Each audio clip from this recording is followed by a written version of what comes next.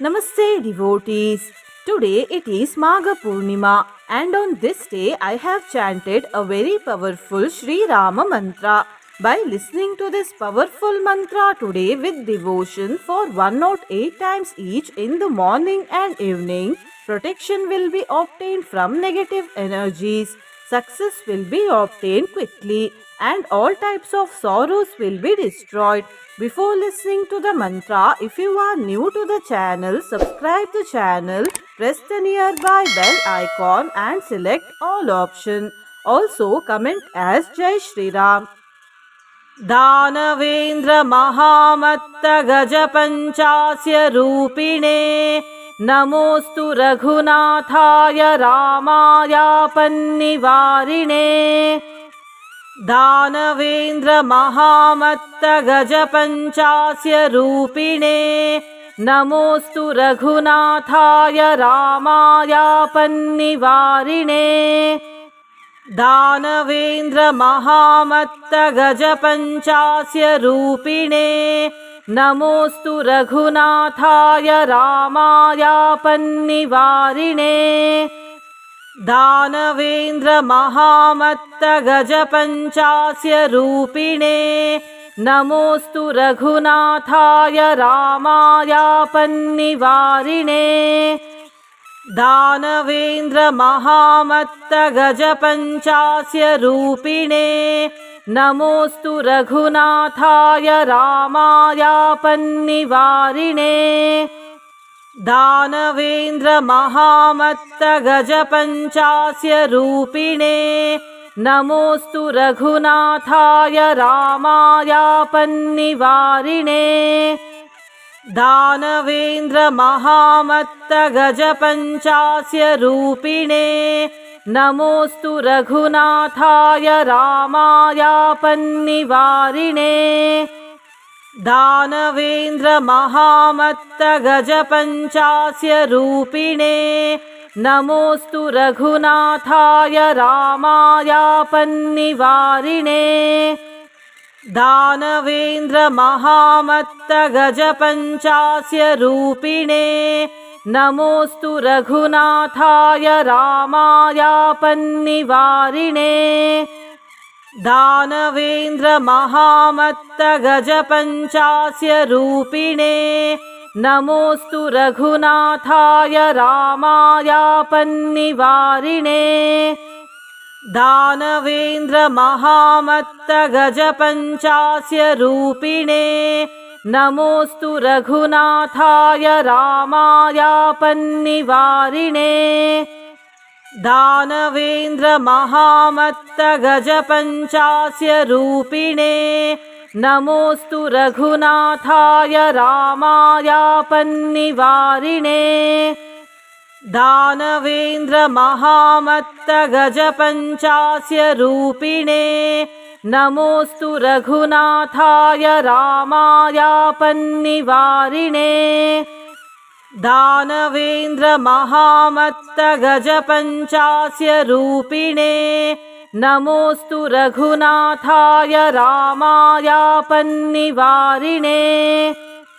दानवेन्द्र महामत्त गजपञ्चास्य रूपिणे नमोऽस्तु रघुनाथाय रामायापन्निवारिणे दानवेन्द्र महामत्त गजपञ्चास्य रूपिणे नमोऽस्तु रघुनाथाय रामायापन्निवारिणे दानवेन्द्र महामत्त गजपञ्चास्य रूपिणे नमोऽस्तु रघुनाथाय रामायापन्निवारिणे दानवेन्द्र महामत्त गजपञ्चास्य रूपिणे नमोऽस्तु रघुनाथाय रामायापन्निवारिणे दानवेन्द्र महामत्त गजपञ्चास्य रूपिणे नमोऽस्तु रघुनाथाय रामायापन्निवारिणे दानवेन्द्र महामत्त गजपञ्चास्य रूपिणे नमोऽस्तु रघुनाथाय रामायापन्निवारिणे दानवेन्द्रमहामत्तगजपञ्चास्य रूपिणे नमोऽस्तु रघुनाथाय रामायापन्निवारिणे दानवेन्द्रमहामत्तगजपञ्चास्य रूपिणे नमोऽस्तु रघुनाथाय रामायापन्निवारिणे दानवेन्द्रमहामत्तगजपञ्चास्य रूपिणे नमोऽस्तु रघुनाथाय रामायापन्निवारिणे दानवेन्द्रमहामत्तगजपञ्चास्य रूपिणे नमोऽस्तु रघुनाथाय रामायापन्निवारिणे दानवेन्द्रमहामत्तगजपञ्चास्य रूपिणे नमोऽस्तु रघुनाथाय रामायापन्निवारिणे दानवेन्द्रमहामत्तगजपञ्चास्य रूपिणे नमोऽस्तु रघुनाथाय रामायापन्निवारिणे दानवेन्द्रमहामत्तगजपञ्चास्य रूपिणे नमोऽस्तु रघुनाथाय रामायापन्निवारिणे दानवेन्द्रमहामत्तगजपञ्चास्य रूपिणे नमोऽस्तु रघुनाथाय रामायापन्निवारिणे दानवेन्द्रमहामत्तगजपञ्चास्य रूपिणे नमोऽस्तु रघुनाथाय रामायापन्निवारिणे दानवेन्द्रमहामत्तगजपञ्चास्य रूपिणे नमोऽस्तु रघुनाथाय रामायापन्निवारिणे दानवेन्द्रमहामत्तगजपञ्चास्य रूपिणे नमोऽस्तु रघुनाथाय रामायापन्निवारिणे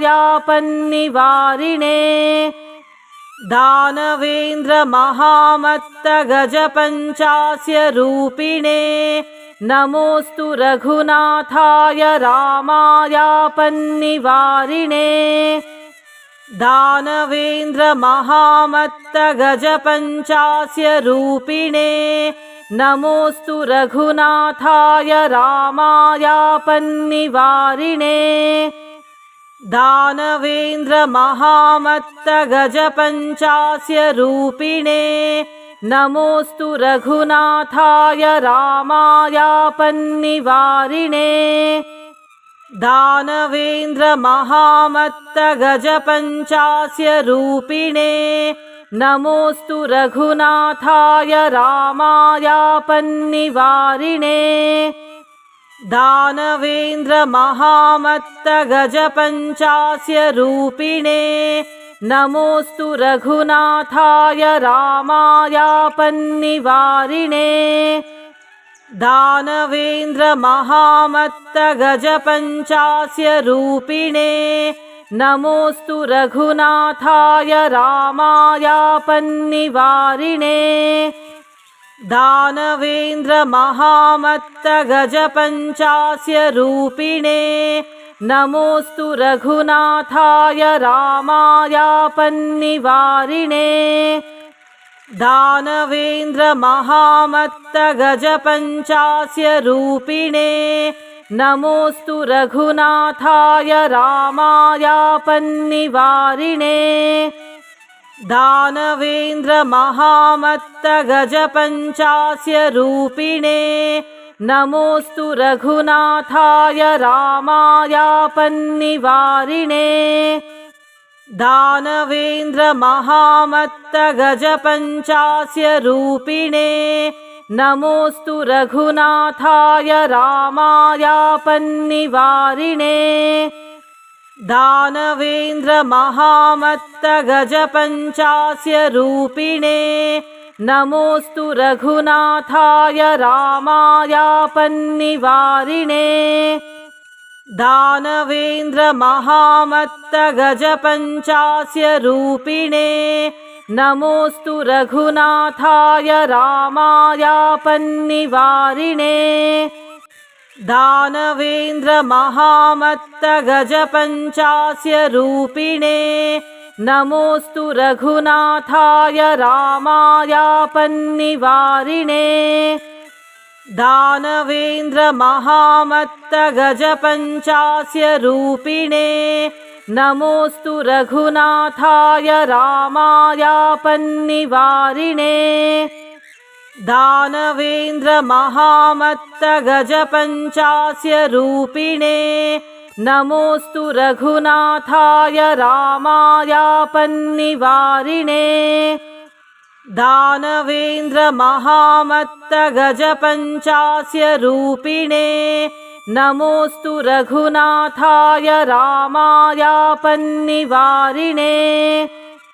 दानवेन्द्रमहामत्तगजपञ्चास्य रूपिणे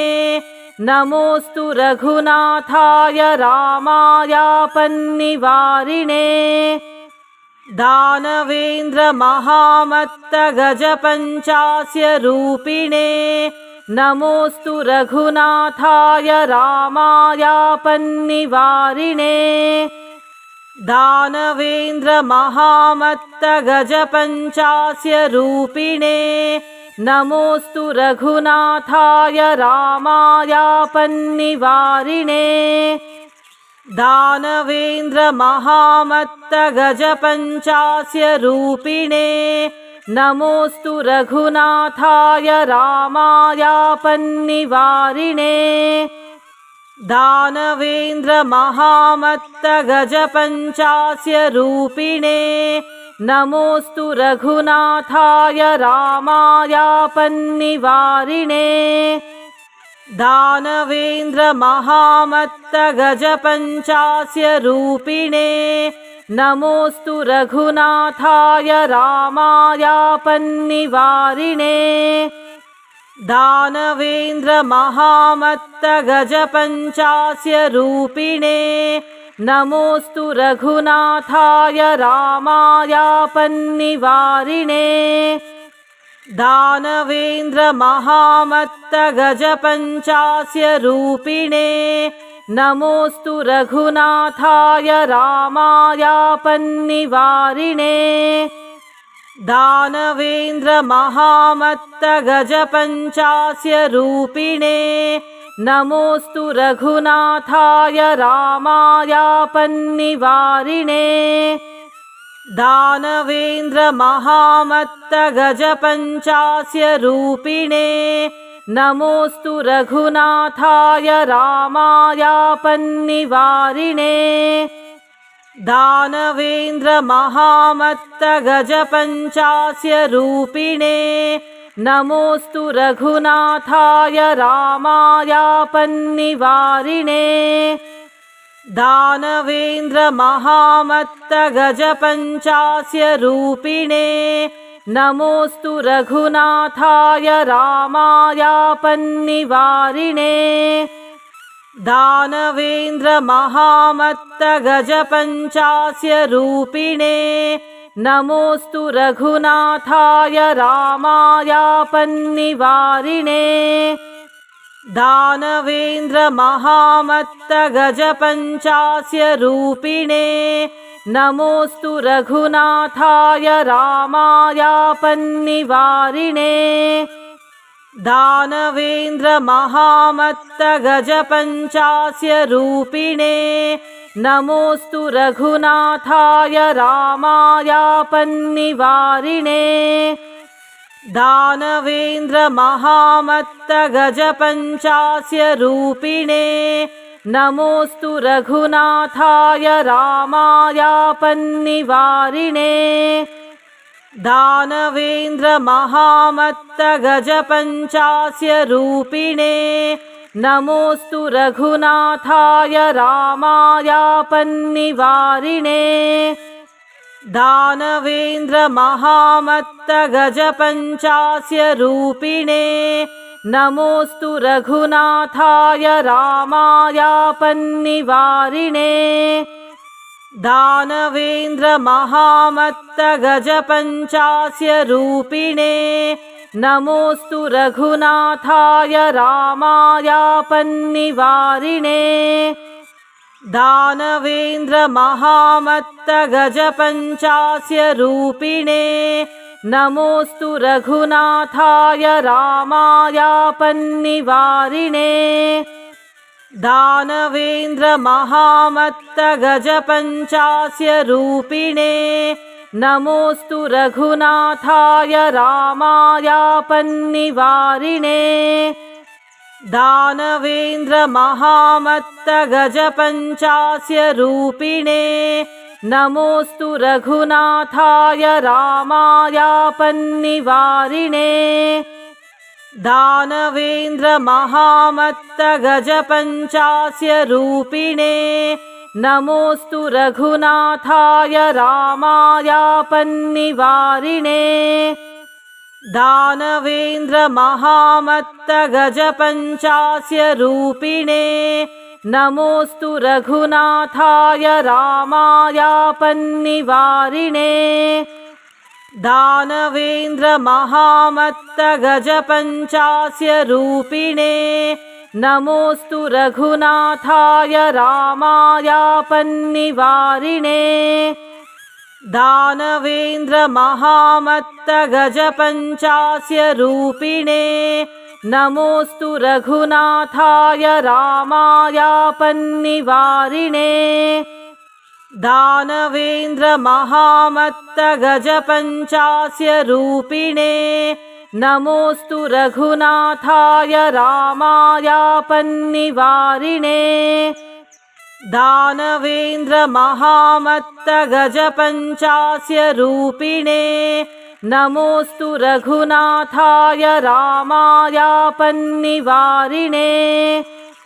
दानवेन्द्रमहामत्तगजपञ्चास्य रूपिणे नमोऽस्तु रघुनाथाय रामायापन्निवारिणे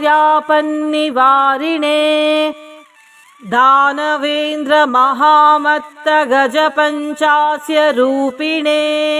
नमोऽस्तु रघुनाथाय रामायापन्निवारिणे दानवेन्द्रमहामत्तगजपञ्चास्य रूपिणे नमोऽस्तु रघुनाथाय रामायापन्निवारिणे दानवेन्द्रमहामत्तगजपञ्चास्य रूपिणे नमोऽस्तु रघुनाथाय रामायापन्निवारिणे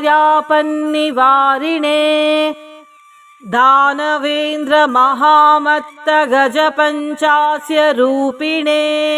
नमोऽस्तु रघुनाथाय रामायापन्निवारिणे दानवेन्द्रमहामत्तगजपञ्चास्य रूपिणे नमोऽस्तु रघुनाथाय रामायापन्निवारिणे दानवेन्द्रमहामत्तगजपञ्चास्य रूपिणे नमोऽस्तु रघुनाथाय रामायापन्निवारिणे दानवेन्द्रमहामत्तगजपञ्चास्य रूपिणे नमोऽस्तु रघुनाथाय रामायापन्निवारिणे दानवेन्द्रमहामत्तगजपञ्चास्य रूपिणे नमोऽस्तु रघुनाथाय रामायापन्निवारिणे दानवेन्द्रमहामत्तगजपञ्चास्य रूपिणे नमोऽस्तु रघुनाथाय रामायापन्निवारिणे दानवेन्द्रमहामत्तगजपञ्चास्य रूपिणे नमोऽस्तु रघुनाथाय रामायापन्निवारिणे दानवेन्द्रमहामत्तगजपञ्चास्य रूपिणे नमोऽस्तु रघुनाथाय रामायापन्निवारिणे दानवेन्द्रमहामत्तगजपञ्चास्य रूपिणे नमोऽस्तु रघुनाथाय रामायापन्निवारिणे दानवेन्द्रमहामत्तगजपञ्चास्य रूपिणे नमोऽस्तु रघुनाथाय रामायापन्निवारिणे दानवेन्द्रमहामत्तगजपञ्चास्य रूपिणे नमोऽस्तु रघुनाथाय रामायापन्निवारिणे दानवेन्द्रमहामत्तगजपञ्चास्य रूपिणे नमोऽस्तु रघुनाथाय रामायापन्निवारिणे दानवेन्द्रमहामत्तगजपञ्चास्य रूपिणे नमोऽस्तु रघुनाथाय रामायापन्निवारिणे दानवेन्द्रमहामत्तगजपञ्चास्य रूपिणे नमोऽस्तु रघुनाथाय रामायापन्निवारिणे दानवेन्द्रमहामत्तगजपञ्चास्य रूपिणे नमोऽस्तु रघुनाथाय रामायापन्निवारिणे दानवेन्द्रमहामत्तगजपञ्चास्य रूपिणे नमोऽस्तु रघुनाथाय रामायापन्निवारिणे दानवेन्द्रमहामत्तगजपञ्चास्य रूपिणे नमोऽस्तु रघुनाथाय रामायापन्निवारिणे दानवेन्द्रमहामत्तगजपञ्चास्य रूपिणे नमोऽस्तु रघुनाथाय रामायापन्निवारिणे दानवेन्द्रमहामत्तगजपञ्चास्य रूपिणे नमोऽस्तु रघुनाथाय रामायापन्निवारिणे दानवेन्द्रमहामत्तगजपञ्चास्य रूपिणे नमोऽस्तु रघुनाथाय रामायापन्निवारिणे दानवेन्द्रमहामत्तगजपञ्चास्य रूपिणे नमोऽस्तु रघुनाथाय रामायापन्निवारिणे दानवेन्द्रमहामत्तगजपञ्चास्य रूपिणे नमोऽस्तु रघुनाथाय रामायापन्निवारिणे दानवेन्द्रमहामत्तगजपञ्चास्य रूपिणे नमोऽस्तु रघुनाथाय रामायापन्निवारिणे दानवेन्द्रमहामत्तगजपञ्चास्य रूपिणे नमोऽस्तु रघुनाथाय रामायापन्निवारिणे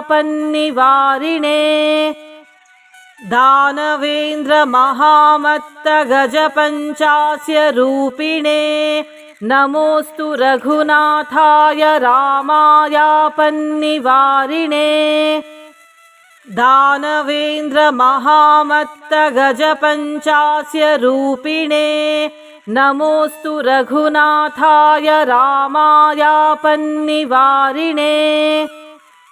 दानवेन्द्रमहामत्तगजपञ्चास्य रूपिणे